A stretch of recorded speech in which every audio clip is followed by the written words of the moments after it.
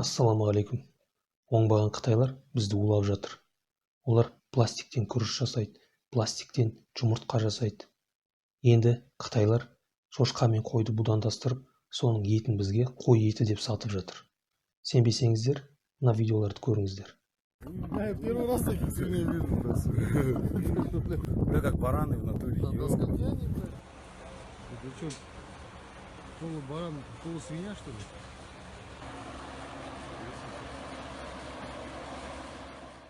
Көрдіңіздер ме? Не деген сұмдық. Енді базарға барып, ет алуға қорқатын болдық.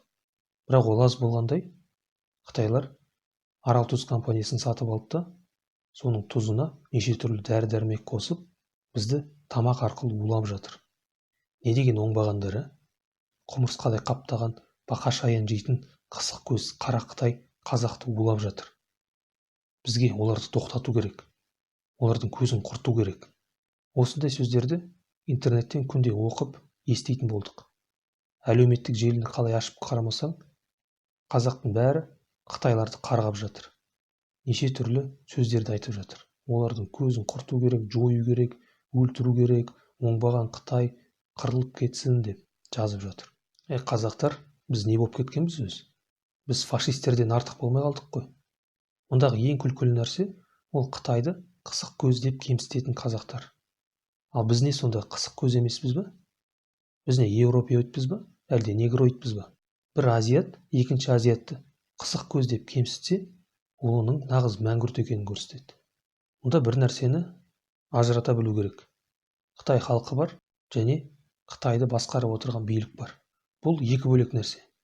Бірақ біз оны ажыратып жатқан жоқпыз. Мысалы, жақында Алматыда Қытай студенттері жаңа жыл тойламақ болған. Сонда біздің қазақтар оларға тиісіп, күш көрсетпек болды. Бұл біздің жеріміз, не істеп жүрсіңдер мұнда деп неше түрлі әңгіме айтты. Енді ойлаңыздар. Шетелде жүрген қазақ студенттер наурыз тойласа, оларға жергілікті халық келіп күш көрсетсе, сіздер оны қалай қабылдайсыздар? Дұрыс істеп жатыр, наурыз тойламасын деп айтасыздар ма? Ал неге онда біз сол жазықсыз Қытай студенттеріне тиісеміз? Және мұнда ең қызығы, сол тиіскен қазақтардың бәрі орысша сөйледі. Сырт көзбен қараған адамға ол: сендер бізге иелік ете алмайсыңдар, біздің қожайынымыз бар, ол Ресей деп айтқанмен бірдей. Бұл біздің жеріміз деп өзі орысша айтып жатыр да. Сонда ол кімнің жері? Қазақтың жері ме? Осыған ұқсас оқиға былтыр ақш-та болды. ақш-та Нью-Йорк қаласында қазақ оппозиционерлер Хонконг белсенділерімен бірігіп Қытай саясатына қарсы үлкен шеру өткізді. Сол үшін мен оларды қатты сыйлаймын. Оларға басымды иемін. Бірақ біздің сол қазақтарымыз сол жақта жүрген қытайларға тиісіп China go home деп айғайлаған. Бұл енді артық болып кетті. Ойлаңыздаршы, бөтен жерде жүріп, басқаларға кетіңдер мұнан деп айтқан қаншалықты дұрыс. Мейлі, ол өз жерінде жүріп үйтіп айтса, оны түсінуге болады. Ал сол жақтағы қытайлар мүмкін бұрыннан бері сол жерде тұрып жатқан шығар. Ол 100 жыл бұрын көшіп келген қытайлардың 3-4 ұрпағы шығар. Сол жерде туып өскен, сол елге қызмет ететін адамдар шығар. Ал енді ойлаңыз, соларға шетелден біреулер келіп, кетіңдер бұл жерден деп айтып жатса, ол қаншалықты дұрыс? Біз осындай қылықтар арқылы тек өзімізді бүкіл әлемнің алдында мазақ қыламыз. Енді ойлаңыздар, сол Нью-Йорктағы қытайлардың немесе Алматыдағы Қытай студенттердің саясатқа қандай қатысы бар? Қытайдағы қазақты концлагерге қамап, оларды азаптап жатқан солар ма?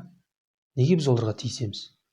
Енді сіздер Қытай бізге қауіпті дейсіздер, олар бізді басып алады дейсіздер, Мен қайталап айтамын, дәл қазір Қытайдың Қазақстанды басып алатын шамасы жоқ. Мүмкін олардың сондай жоспары бар шығар. Бірақ қазір олар оны жүзеге асыра алмайды. Бірақ қазір Қытайда тұрып жатқан 3 миллион қазақ үшін қауіп бар. Оларды Қытай билігі қыспаққа алып жатыр. Концлагерлерге қамап, оларға зорлық-зомбылық көрсетіп жатыр. Міне, бізге бұл мәселені көтеру керек, бұл тақырыпты талқылау керек, және оның шешімін іздеу керек.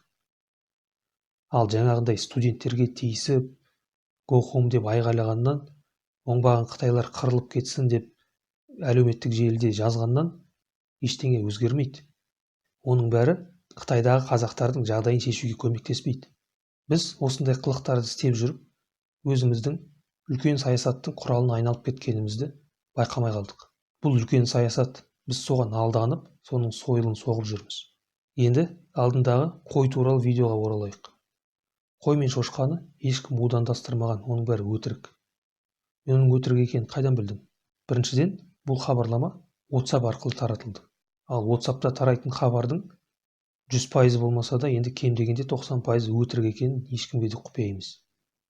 Екіншіден, шошқа мен қойды будандастыру мүмкін емес.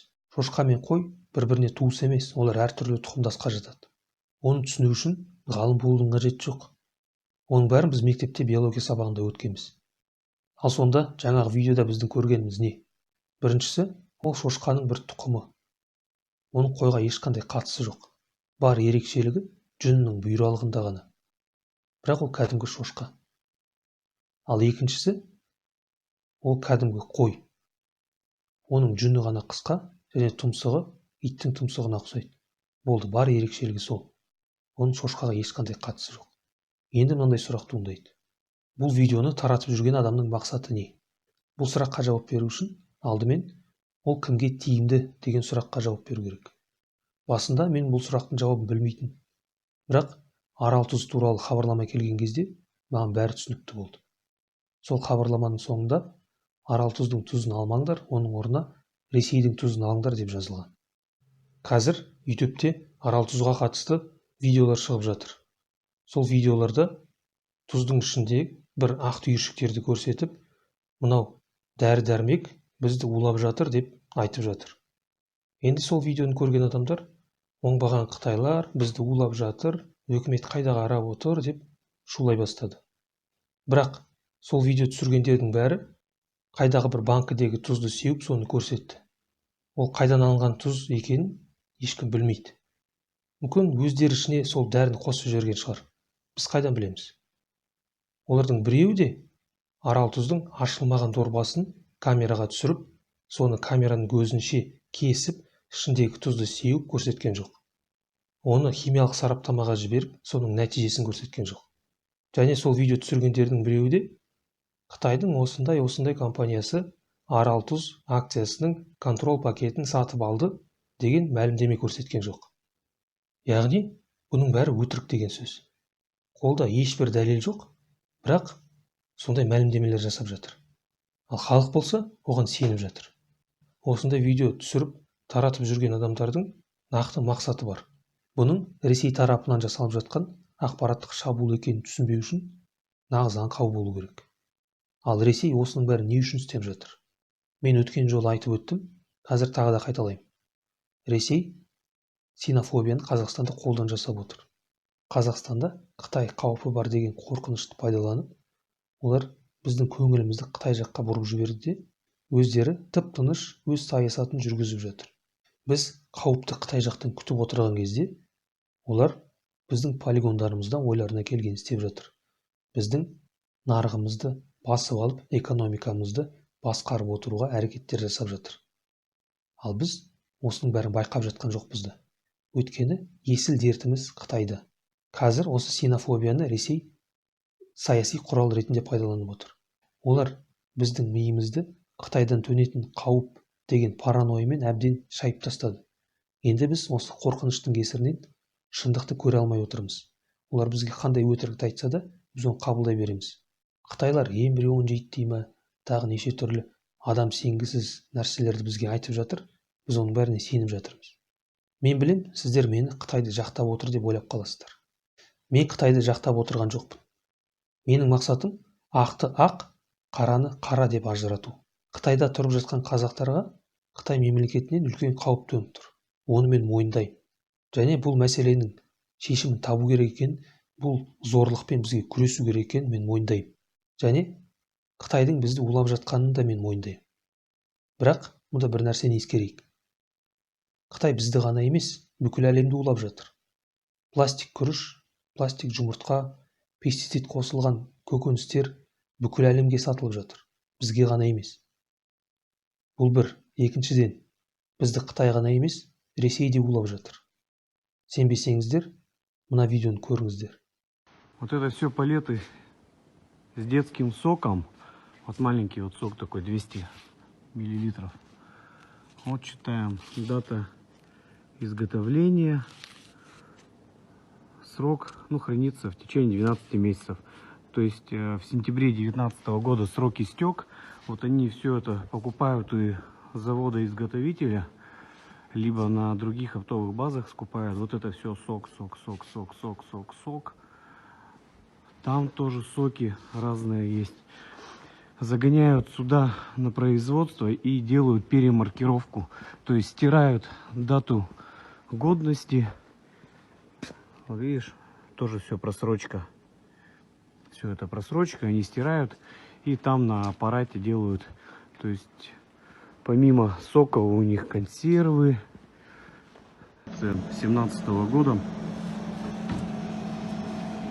при воздействии химического вещества дата стирается полностью,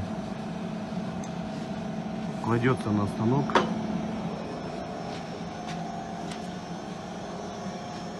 проезжает лазер и уже дата 2019 года. А вот через компьютер и программируется. Вот выставлена дата 25.06. То есть в принципе дату можно выставить абсолютно любую.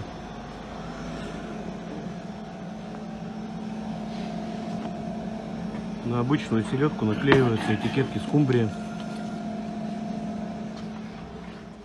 Бұл видеоның қайда түсірілгенін мен білмеймін. Ресейдегі бір қоймада түсірілген сияқты. Бұл қойманың үлкендігіне қарағанда, мына тауарлар экспортқа жіберілетін сияқты. Яғни, оның бәрі Қазақстанға келеді деген сөз. Көрдіңіздер ме? Осындай мерзімі өтіп кеткен, бұзылып кеткен тауарларды Ресей бізге сатып, сол арқылы бізді улап жатыр. Бірақ осыны талқылап жатқан, бұған шу көтеріп жатқан мен бірде-бір қазақты көрген жоқ. Ресей өзінің саясатын жүзеге асырып жатыр. Біз оны байқап жатқан жоқпыз да. Біз олардың үлкен саясатының құрбаны болып жатырмыз. Қазақтың саны онсыз да аз. Егер біз ары қарай осылай сауатсыз бола берсек, осындай өтірік пропагандаға сеніп жүре берсек, онда біз үлкен саясаттың құрбаны боламыз. Онда біздің ешқандай болашағымыз жоқ.